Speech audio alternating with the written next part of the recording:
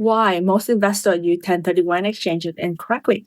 The biggest mistake investors make is thinking a 1031 exchange is about avoiding taxes. That sounds strange, right? Because taxes are usually the reason people start asking about 1031 exchanges in the first place. They sell rental property, they see the gain, they realize there may be capital gain tax, depreciation recapture, state tax, and suddenly the question becomes how to avoid this tax bill, right? But here's the thing. If that's the only way you look at 1031 exchange, you are thinking too small. A 1031 exchange is not just about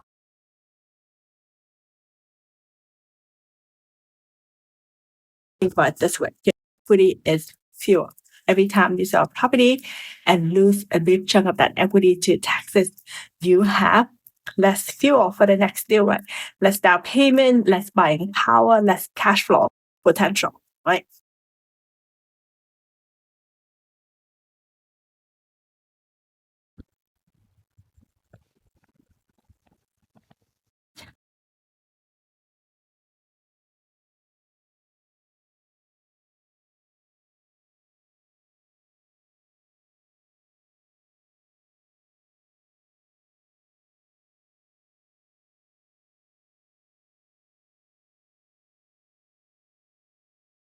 Price their own deadline. And they call their tax advisor, right? Their real estate agent on exchange. That's where the stress begins, isn't it? Right? Because now they are not making a strategic decision. They are reacting, right? They are trying to understand tax rule, understand timeline, replacement property requirement, debt, equity, cash flow, and investment goal all at once, right? And when people feel overwhelmed, they usually do one or two things. They either rush into an exchange without understanding why they're doing it, right? Or they avoid the exchange completely because they feel too complicated, right? So both can be expensive. So now this is important, right? A 1031 exchange is not automatically the right move every time you sell, right? So sometimes exchanging makes sense. Sometimes paying the tax and moving on might be better. But you can make that decision clearly if you only focus on the tax bill. You have to look at what happened after the sale, right? What happened to your equity? What happens to your buying power? What happens to your cash flow? What happens to your long-term portfolio, right? This is why this lesson matter for you, right? Before you learn the rules, you need to understand the purpose. So step one, you want to stop seeing taxes as the whole decision. Most people look at the property sale like this, right? Bought the property for this amount. I'm selling it for this amount. My gain is this amount. My tax bill might be this amount. How do I reduce it, right? That's a normal way to think. But it's incomplete way. Taxes are one piece of the decision. They are not the whole decision, right? Let's say you sell a rental property and after paying selling costs and the mortgage, you walk away with 400K of equity. If you pay a large tax bill, maybe you only have 300K left to invest. That is huge difference, right? And it's matter for you because in real estate, your equity is often the foundation for your next purchase. A smaller down payment might mean a smaller property, weaker cash flow, or fewer options. So yes, the tax bill matters, but what matters even more is what that tax bill does to your next move.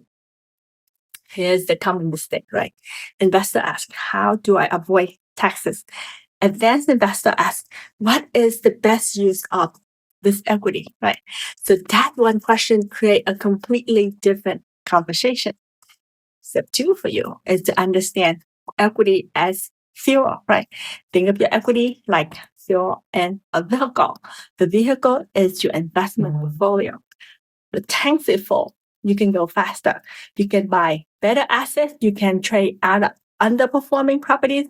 You can move into stronger market. You can upgrade from management headache into something cleaner and more scalable and fit your lifestyle better, right? Isn't it we all real estate to live our life freely the way that we want to? But if every sale drain a large part of that tank, the vehicle slow down. That's why both investors often care so much about keeping equity invested. They are not just trying to win one transaction only. They are trying to keep capital moving from one asset to the next, from one stage of life to the next, from one opportunity to the next, right? Most people don't realize this. The power of a 1031 exchange is not only the tax deferral. The power is what the deferred tax allow your money to keep doing.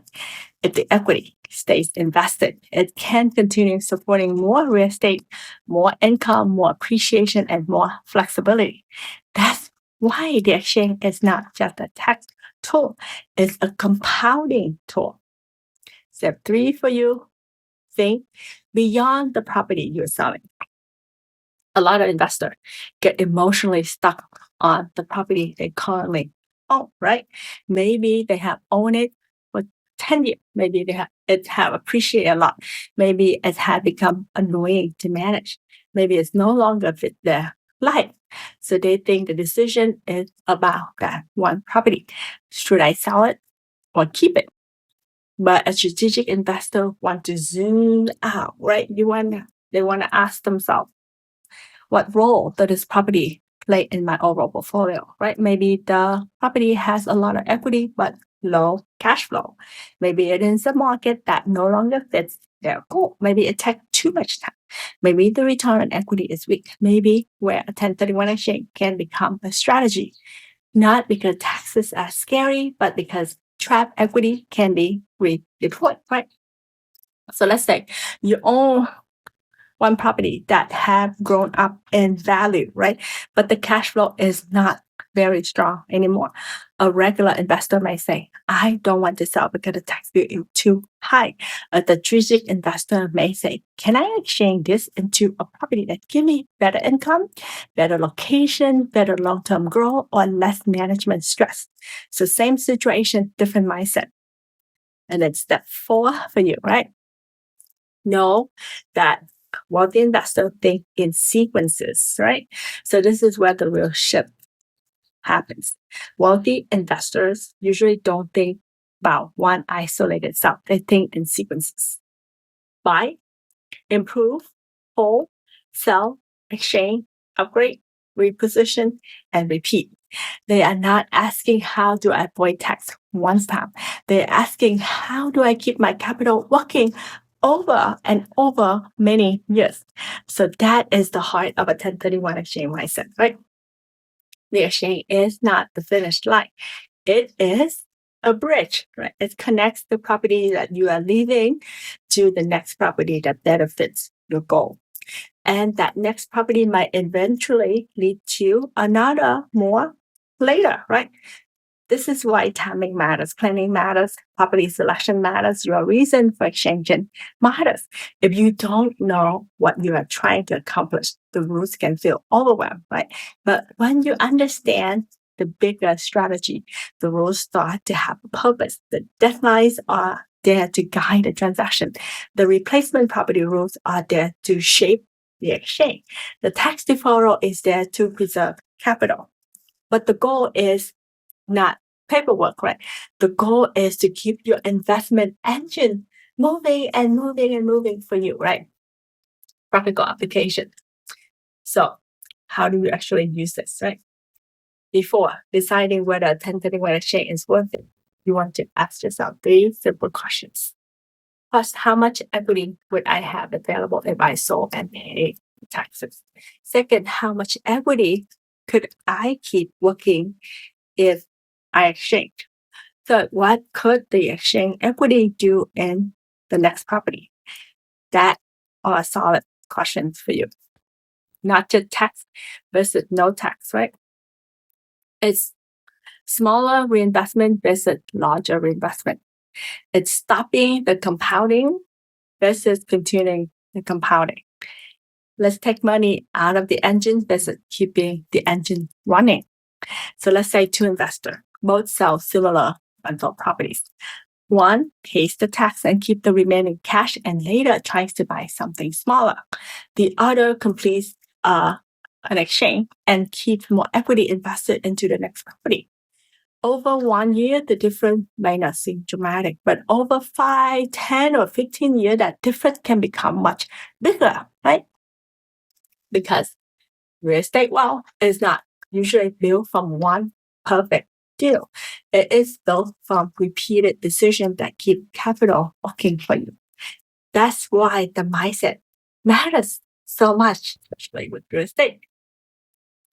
If you only see a 1031 exchange as a way to avoid taxes, it feels like a technical tax trick. But if you see it as a way to preserve investment view, you start making better decisions earlier. You start planning before the sale.